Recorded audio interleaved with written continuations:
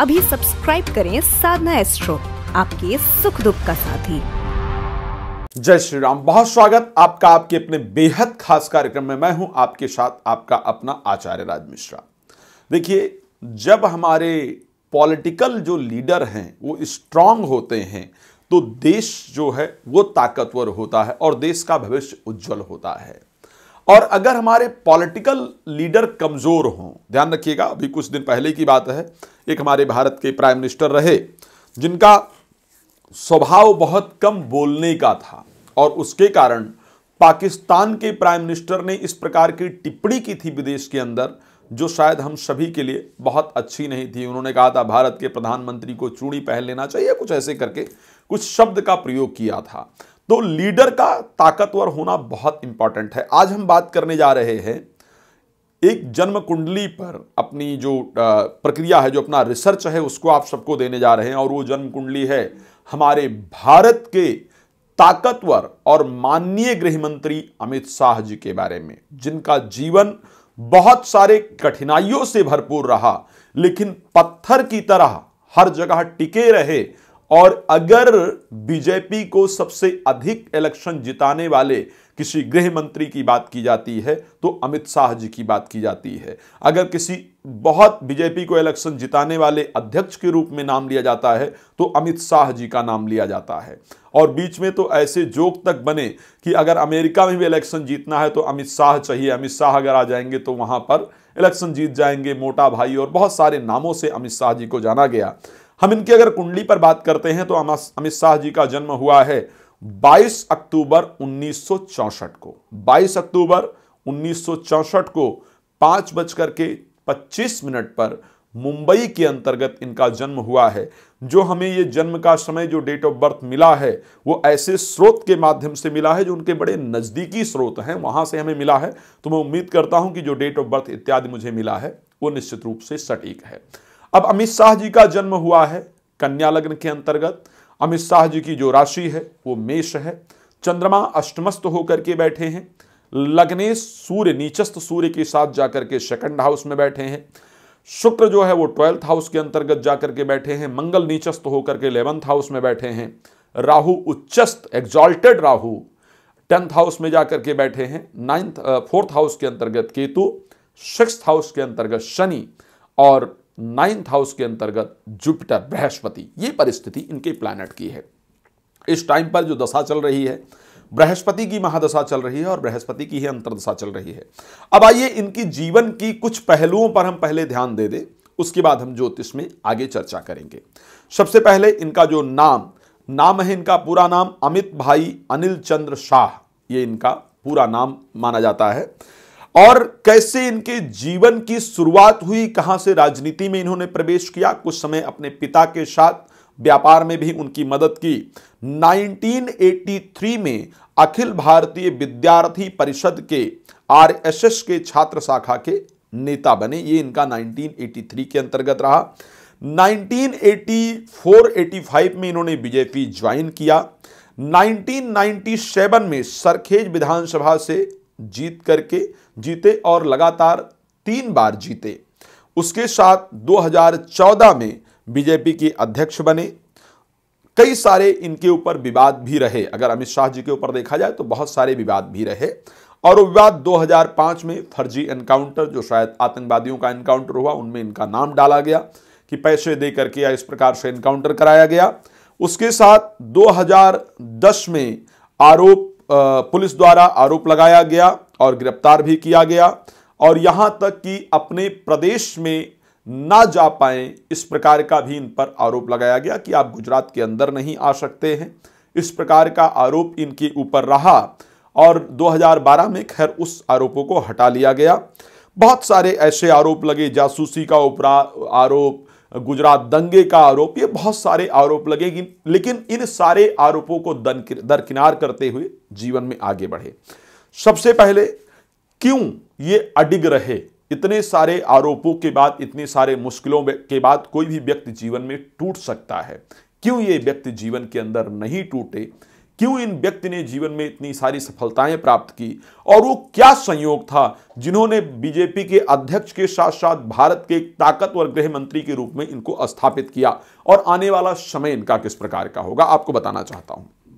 सोचिए, इनकी कुंडली के अंतर्गत सूर्य नीचस्थ है। अब राजनीति के लिए सूर्य का अच्छा होना बहुत महत्वपूर्ण है, लेकिन इस कुंडली में तो सूर्य नीचस्थ होकर के विराजमान है।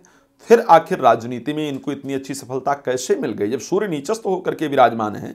कोई भी कहता है कि अगर सूर्य नीचस्थ है तो जिंदगी में सफलता नहीं प्राप्त हो सकती है, लेकिन फिर भी इतनी अच्छी सफलता राजनीति में कैसे प्राप्त हुई?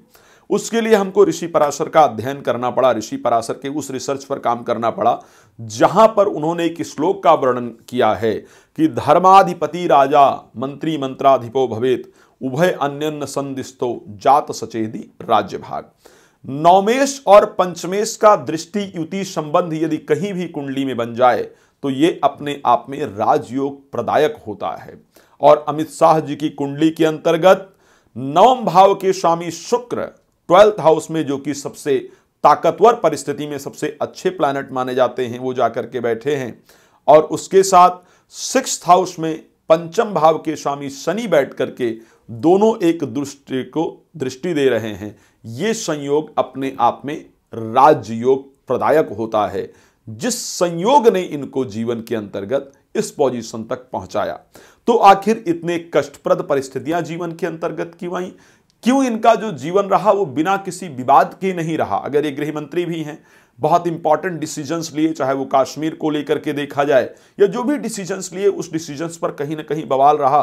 तो आखिर ये करियर इतना प्रॉब्लमैटिक क्यों रहा, इतना उतार चढ़ाव वाला क्यों रहा? और कौन सा प्लैनेट था जिसने इनको जीवन में बहुत बनाया? वो एक ग्रह जो आपके जीवन को बना सकता है। बहुत सारे लोग बात करते हैं कि कुंडली में आपके तो इतने सारे ग्रह खराब हैं, इतने सारे ग्रहों की परिस्थितियां खराब है, कैसे जीवन में सफलता प्राप्त करेंगे? एक ग्रह आपके जीवन को जो बना सकता है। इनकी कुंडली में वो कौन था एक प्लैनेट जिसने इनको जीवन में सब कुछ प्रदान कर दिया? तो अगर उस प्लैनेट पर हम कहीं बात करते हैं तो वो प्लैनेट निकल करके आता है राहु। राहु ही एक ऐसा प्लैनेट है जिसने अमित शाह जी को उनके जीवन में सब कुछ प्रदान किया। राहु कुंडली के 10th हाउस के अंतर्गत एग्जॉल्टेड होकर के उच्चस्थ परिस्थिति में जाकर के बैठा है। लग्नेश का सूर्य के साथ बैठे होना किसी प्रकार से इनको हार नहीं मानने दिया। शनि को ऋषि पराशर कहते हैं त्रिखट एकादशे राहु त्रिखट एकादशे भौमा त्रिखट एकादशे शनि सर्वा अरिष्ट विचिंतये। तीसरे छठे 11वें भाव में शनि राहु या मंगल सभी अरिष्टों से आपको बचाते हैं। छठे भाव में बैठे हुए शनि ने इनके जीवन में विघ्न बाधाएं समस्याएं बहुत आई, लेकिन सभी चीजों से उबार करके इनको बाहर लेकर के आया। ये अष्टम भाव में बैठ करके शनि ने अपना कार्य किया। अब सोचिए, राहु इनका प्रारंभ होता है। राहु की जो समय है, जो राहु की परिस्थिति है, उसको देखा जाए अगर जीवन के अंतर्गत, जहां से इनको जीवन में एक अच्छी परिस्थिति प्राप्त हुई। राहु इनका स्टार्ट होता है 2003 में, 2003 के अंतर्गत राहु स्टार्ट होता है।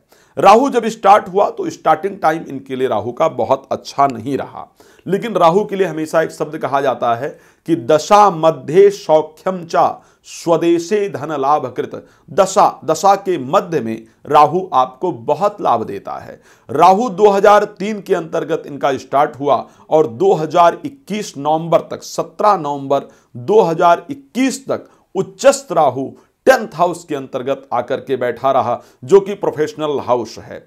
यहां तक इनकी जिंदगी में बहुत सारे आरोप और कलंक इत्यादि लगाए तो गए, लेकिन राहु ने अकेले दम पर खड़े होकर के, अडिग होकर के इनको पूरी सफलता अपने समय के अंतर्गत प्रदान किया।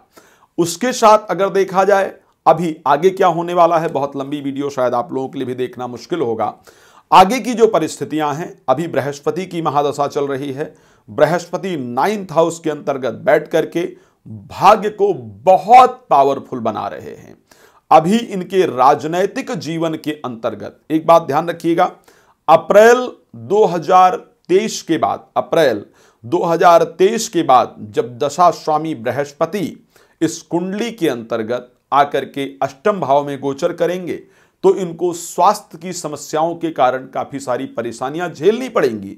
जब तक बृहस्पति का गोचर 2023 अप्रैल के बाद मेष राशि के अंतर्गत रहेगा, तब तक यहां तक संभव है कि इनके ऊपर हमले इत्यादि की योजना बनाई जाए, इनको पीड़ा पहुंचाने की योजना बनाई जाए। उसके साथ साथ ये स्वास्थ्य से संबंधित समस्याओं को लेकर के परेशान रहें, क्योंकि दशानाथ अष्टम भाव जाकर के गोचर करेगा, ये परिस्थिति नजर आती है। शनि ऑलरेडी 6th हाउस के अंतर्गत 17 जनवरी को जाकर के गोचर करने वाले हैं।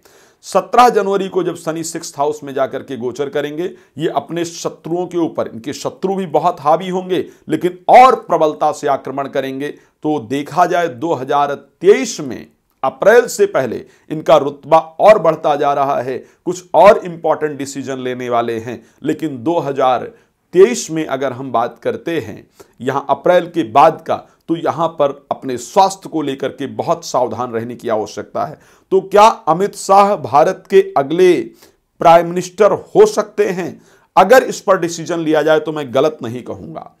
2026 में जुपिटर की महादशा में मरकरी की अंतर्दशा यानी बृहस्पति और बुध दशा अंतर्दशा में चलेंगे, जो इनके जीवन का एक और बहुत बड़ा गोल्डन पीरियड होने जा रहा है। तो मेरे दृष्टि में अगर देखा जाए तो 2026 के बाद अमित शाह भारत के प्राइम मिनिस्टर पद पर तैनात हों, तो इसमें किसी प्रकार की